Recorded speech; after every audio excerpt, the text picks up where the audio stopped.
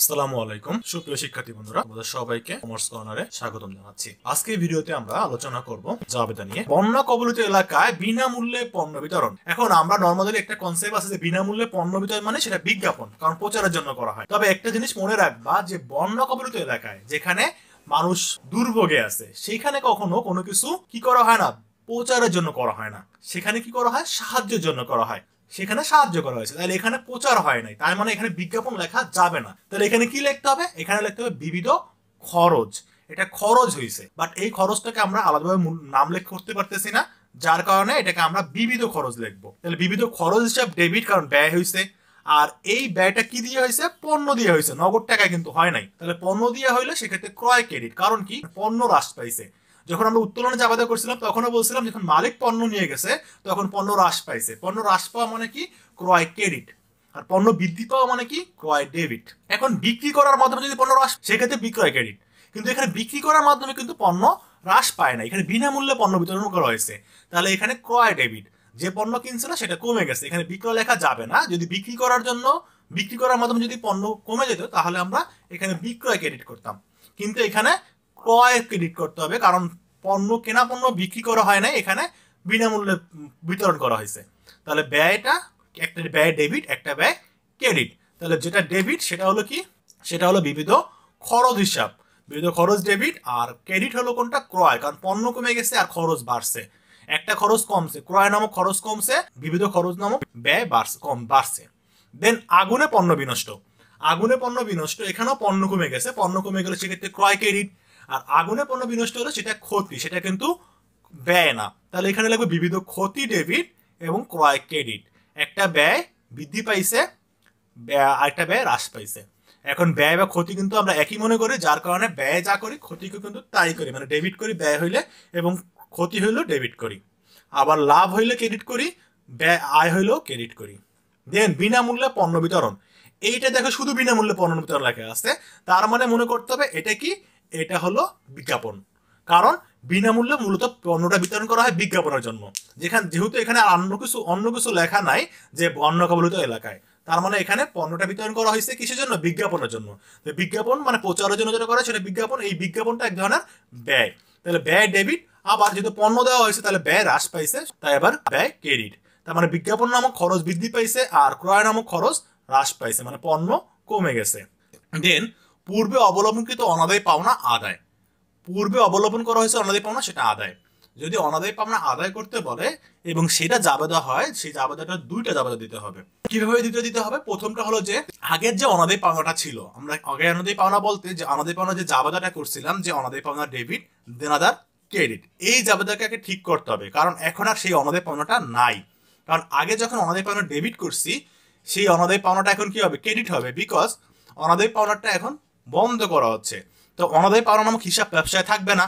আগে অনাদায় পাওনা ডেবিট ছিল, যখন আমরা দেনাদার কাছে টাকা পাই না তখন ডেবিট ছিল, কারণ দেনাদার কাছে আমরা টাকা পাই নাই, তখন আমরা ভাই বোনের হিসেবে অনাদায় পাওনা, তখন ব্যবসার জন্য একটা ক্ষতি বা ব্যয় হিসাবে লিখছিলাম।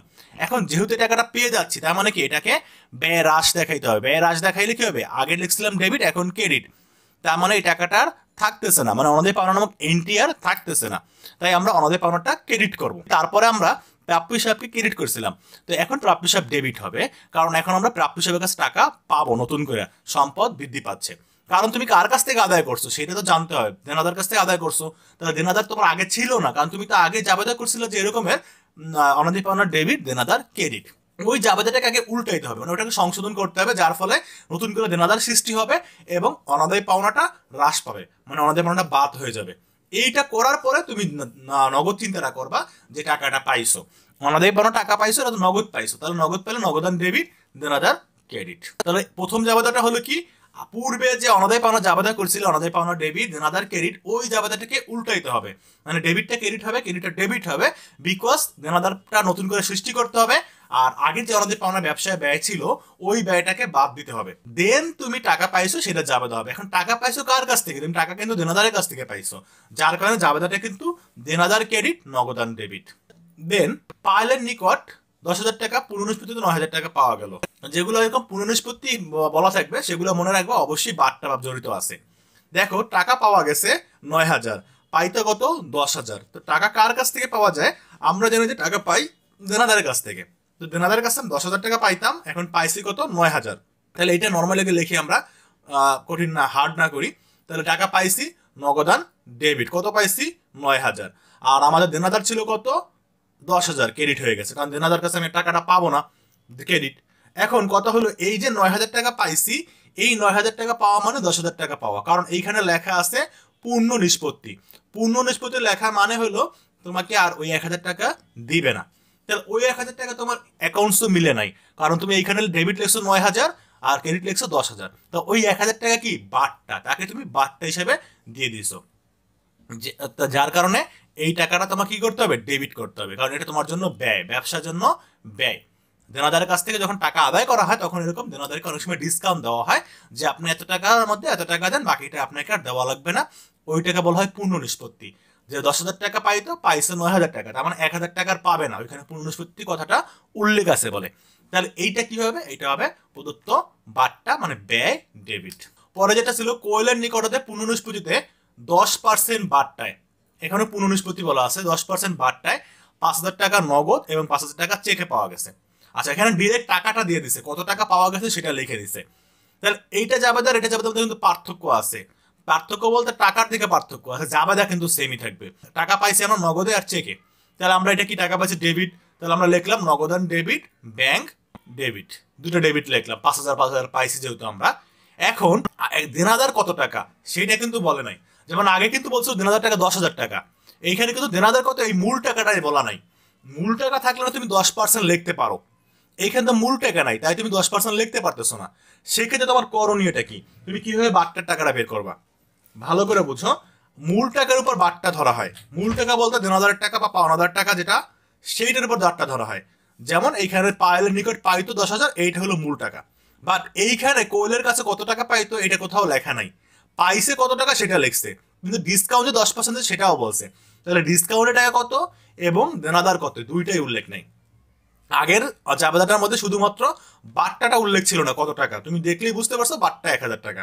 কিন্তু এইটার মধ্যে কি আছে, বাট্টা উল্লেখ নাই, দেনাদার উল্লেখ নাই। সেক্ষেত্রে করণীয় কি, সেক্ষেত্রে করণীয় হলো যে মূল টাকাটা আগে বের করতে হবে, যেহেতু আমাদের কাছে নাই, তাহলে আমরা যে টাকাটা পাইছি এইটার উপর কাজ করতে হবে। তাহলে এই টাকা কত, 5,5,10,000 টাকা পাইছি, তাহলে আমরা 5,5,10,000 লিখলাম। 10,000 কত পার্সেন্ট, 10%। তাহলে 10% হলে এই 10% কিন্তু বাদ দেওয়ার পর এটা পাইছো, তাই না? তাই উপরে লাগবে কি, গুণ 10, গুণ 10 ভাগ ভাগ 100 মাইনাস 10 মানে 90। এখন কথা হলো যে আমি কি বলছি যে 10,000 এই দুইটা যোগ করে লেখা, এর সাথে গুণ করবা কত, উপরে 10, কারণ 10% বলছিল। আর এই টাকাটা ছিল কি বাট্টা বাদ দেওয়ার পরে, নিচে যদি আমরা 100 দিয়ে ভাগ দেই তার মানে কি 10% বরাবর, যার কারণে আমরা 100 থেকে 10 মাইনাস করে বাদ দেবো, কারণ এই টাকাটা কিন্তু 10% বাদ দেওয়ার পরের টাকা, তাই আমরা এটা লিখবো কি 90। তাহলে আমরা কি 10% বাদ দেওয়ার পরে ছিল 10,000 টাকা। এখন আমরা তাই কি করলাম, এই নিচে 100 থেকে 10 বাদ দেবো। এখন যদি 10% না হয় 5% হইতো, উপরে 5 লিখতাম, নিচে 100 মাইনাস 5 মানে 95 দিয়ে আমরা ভাগ দিতাম। তাহলে এখন ক্যালকুলেশনটা মিলে কিনা আমরা দেখি। যদি 5,10,000 গুণন 10 ভাগ 90, তাহলে কত আসে, 1,111 আসে। ওকে, তাহলে এখন এটা যদি যোগ করি তাহলে কত আসে, 11,111 আসে। তো 11,111 এটা দেনাদার, এটা আমরা বুঝে গেলাম যে দেনাদার ক্রেডিট 11,000। এখন এই টাকার উপর তুমি 10% বের করো, কারণ দেনাদার উপর কিন্তু মূল 10% হবে। তাহলে তুমি এইটার উপর যদি ডিরেক্ট 10% করো, গুণ 10 ভাগ 100, তাহলে দেখো কত আসে, তাহলে আসবে আমাদের কত, এই বারটা টাকাটাই আসবে 1,111। তার মানে এটা রাইট। তাহলে আমি আবারও বলতেছি এটা কিভাবে করতে হবে, এই যে টাকাটা আছে, যে টাকাটা তুমি নগদ পাইছো, ব্যাংকে পাইছো, সেই টাকাটা যোগ করবা, যোগ করার পরে তাকে আমরা যে পার্সেন্টেজ চাইছে সেই পার্সেন্টেজ দিয়ে গুণ করব, এবং নিচে 100 দিয়ে 100 থেকে সেই পার্সেন্টেজটা মাইনাস করে ভাগ দিব। যদি 2% হয় উপরে 2 লিখবো, নিচে 98 লিখবো। আশা করি বুঝতে পারছো, কারণ এটা বাট্টা বাদ দেওয়ার পরের টাকা, আর এই বাট্টাটা কি ব্যয়, তাই আমরা লিখবো প্রদত্ত বাট্টা হিসাব ডেবিট।